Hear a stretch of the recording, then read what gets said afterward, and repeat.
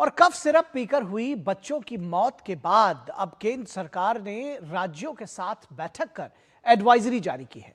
सरकार ने नियमों का पालन न करने वाली दवा कंपनियों के लाइसेंस रद्द करने की बात कही है। मध्य प्रदेश और राजस्थान में कफ सिरप पीने से कई बच्चों की मौत के बाद अब सख्त एक्शन लेने की तैयारी की जा चुकी है। कफ सिरप पीकर मध्य प्रदेश और राजस्थान में हुई बच्चों की मौत के बाद केंद्र सरकार सजग हो गई है। सरकार ने सभी दवाओं की गुणवत्ता और सुरक्षा को लेकर सख्त कदम उठाने की तैयारियां शुरू कर दी है। स्वास्थ्य मंत्रालय की सचिव पी सलीला श्रीवास्तव ने राज्यों और केंद्र शासित प्रदेशों के अधिकारियों के साथ बैठक की। इस मीटिंग में दवा बनाने वाली कंपनियों से शेड्यूल एम के निर्देशों का सख्ती से पालन करने पर जोर दिया गया और नियमों की अनदेखी करने वाली कंपनियों के लाइसेंस रद्द करने के भी निर्देश दिए गए। स्वास्थ्य मंत्रालय ने डॉक्टरों द्वारा बच्चों को कफ सिरप लिखने को प्रैक्टिस बना लेने पर भी रोक लगाने की बात कही है।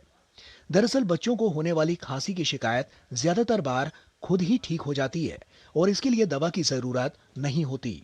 स्वास्थ्य मंत्रालय ने सभी राज्य और यूटी की सरकारों से निगरानी बढ़ाने के लिए भी कहा है। कफ सिरप पीकर मध्य प्रदेश के छिंदवाड़ा में 14 बच्चों की किडनी फेलियर से मौत होने के आरोप लग रहे हैं।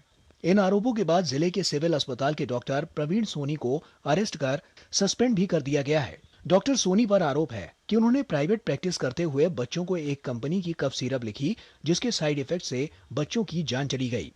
कफ सिरप पीने से जिन बच्चों की मौत हुई, उनके परिजनों को राज्य सरकार ने 4-4 लाख रुपए की आर्थिक सहायता दी है।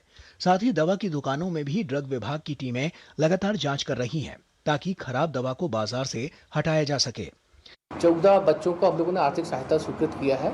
उसमें 11 परासिया के हैं और 2 छिंदवाड़ा के, 1 चौरई का है और इनकी सहायता राशि स्वीकृत हो गई के अकाउंट में चली गई है। ड्रग कंट्रोलर के द्वारा टीम गठित कर दी गई है और एक टीम है वो अलग अलग मेडिकल स्टोर्स पे जांच कर रही है और इस तरह की जो प्रतिबंधित दवाएं कहीं और मिलेगी तो उस पर कार्रवाई की जाएगी। खांसी की दवा पीने से राजस्थान में भी कुछ बच्चों की मौत की खबर आई थी, जिसके बाद अब केंद्र सरकार के स्वास्थ्य मंत्रालय ने कहा है कि दवाई की क्वालिटी में जरा सी भी लापरवाही बर्दाश्त नहीं की जाएगी।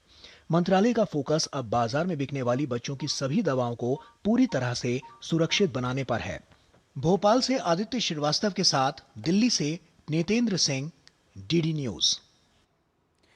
और यहां रुकेंगे एक छोटे से ब्रेक के लिए। ब्रेक के बाद जब वापस लौटेंगे तो आप